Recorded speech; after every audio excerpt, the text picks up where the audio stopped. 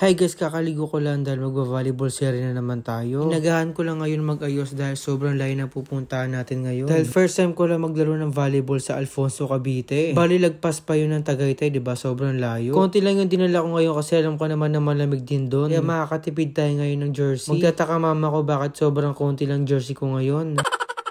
Kasi alam niya pag may laro ko, lagi ako madaming dalang jersey. Pumunta muna ako sa baba kasi sobrang aga pa naman ito. Kaya manonood muna tayo ng PBL. Kaya sobrang tagal na ako hindi ulit nakakanood ng TV, no? Minsan lang naman talaga ako bumaba dito. Kaya yung dumating si Cyril, ayan, nagpasundo muna ako ng motor. Yung kotse namin nasa kanila. Kaya for the motor muna tayo para hindi pa balik-balik. Dahil lagi nila traffic dito sa Lancaster. Uba muna ako sa motor kasi bawal dito pumasok pag walang helmet. Kaya for the lakad muna tayo ng medyo malayo ng konti. Hindi talaga pwede magpapasok dito pag walang helmet. Siyempre mas maganda naman ganun para mas safe, diba? Kaya nakapaglakad na ako ulit, ayan, pupunta na kami sa bahay nila para makuha yung kotse. Nandun rin naman si Roldan para pick upin din namin siya. Tatlo lang pala kami magkakasama ngayon dahil wala ngayon si Roque. Hindi kasi pwede maglaro si Roque pag weekdays. Kaya kami muna yung maglalaro ngayon sa Alfonso, Cavite. Medyo mahaba yung biyahe nito kasi may susunduin pa kami sa Mendez. At saka feeling ko naman hindi 6 PM yung start nun. Hindi namin kami pwede magmadali kasi sobrang traffic din naman talaga. Kaya kahit saan kami sumorkat, wala talagang pag-asa. Kahit saan na talaga may traffic ngayon. Saka hindi na naman talaga magsisimula ng 6 PM yan. Feeling ko mga 8 PM dahil yung biyahe talaga namin sobrang layo talaga. Halos ginabi na kami sa daanan. Saka yung mga daanan dito para ka papuntang Bicol.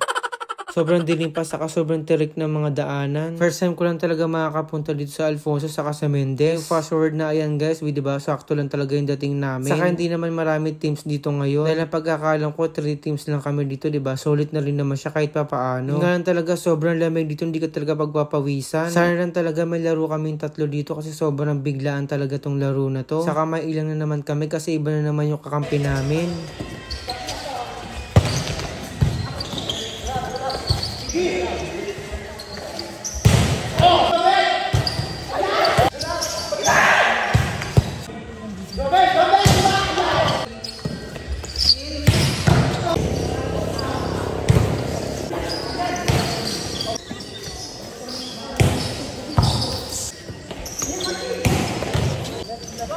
Nalilito na yung...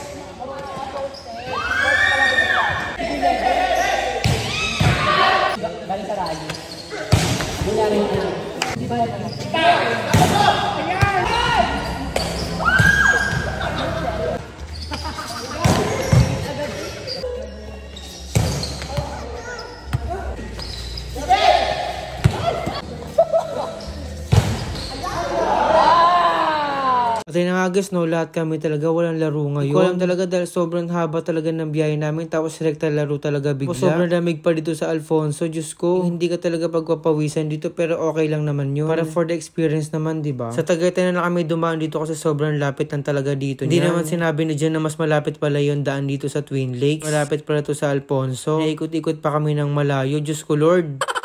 Pero kung sa Tagaytay talaga kami dadaan, mas malapit talaga yun. Pero kasi nga pala dinaanan pala namin siya sa Mendez. Medyo lumayo talaga kami ng konti. Buti lang talaga nadaanan ko tong Sky Ranch na to. Sobrang ganda talaga dito ng view pag gabi. Saka maaga-aga pa rin to kahit papano kaya bukas pa to. Maaga rin naman talaga natapos yung laro namin. 3 teams lang naman talaga kami. Kaya nakarte na rin kami ng Olivares. Ayan, nanlibre si Jan pala ng Jollibee. Grabe, maraming salamat pala sa paglibre ng Jollibee ha. First time wala kami nakasama. Maraming salamat talaga sa'yo. Dito muna kami tumambay sa Jollibee kasi sobrang lamig talaga sa Tagaytay ngayon. Hindi kami pwede magtagal dito kasi may mga pasok pa tong 3 na to. O siya, hanggang dito na lang. Bye-bye!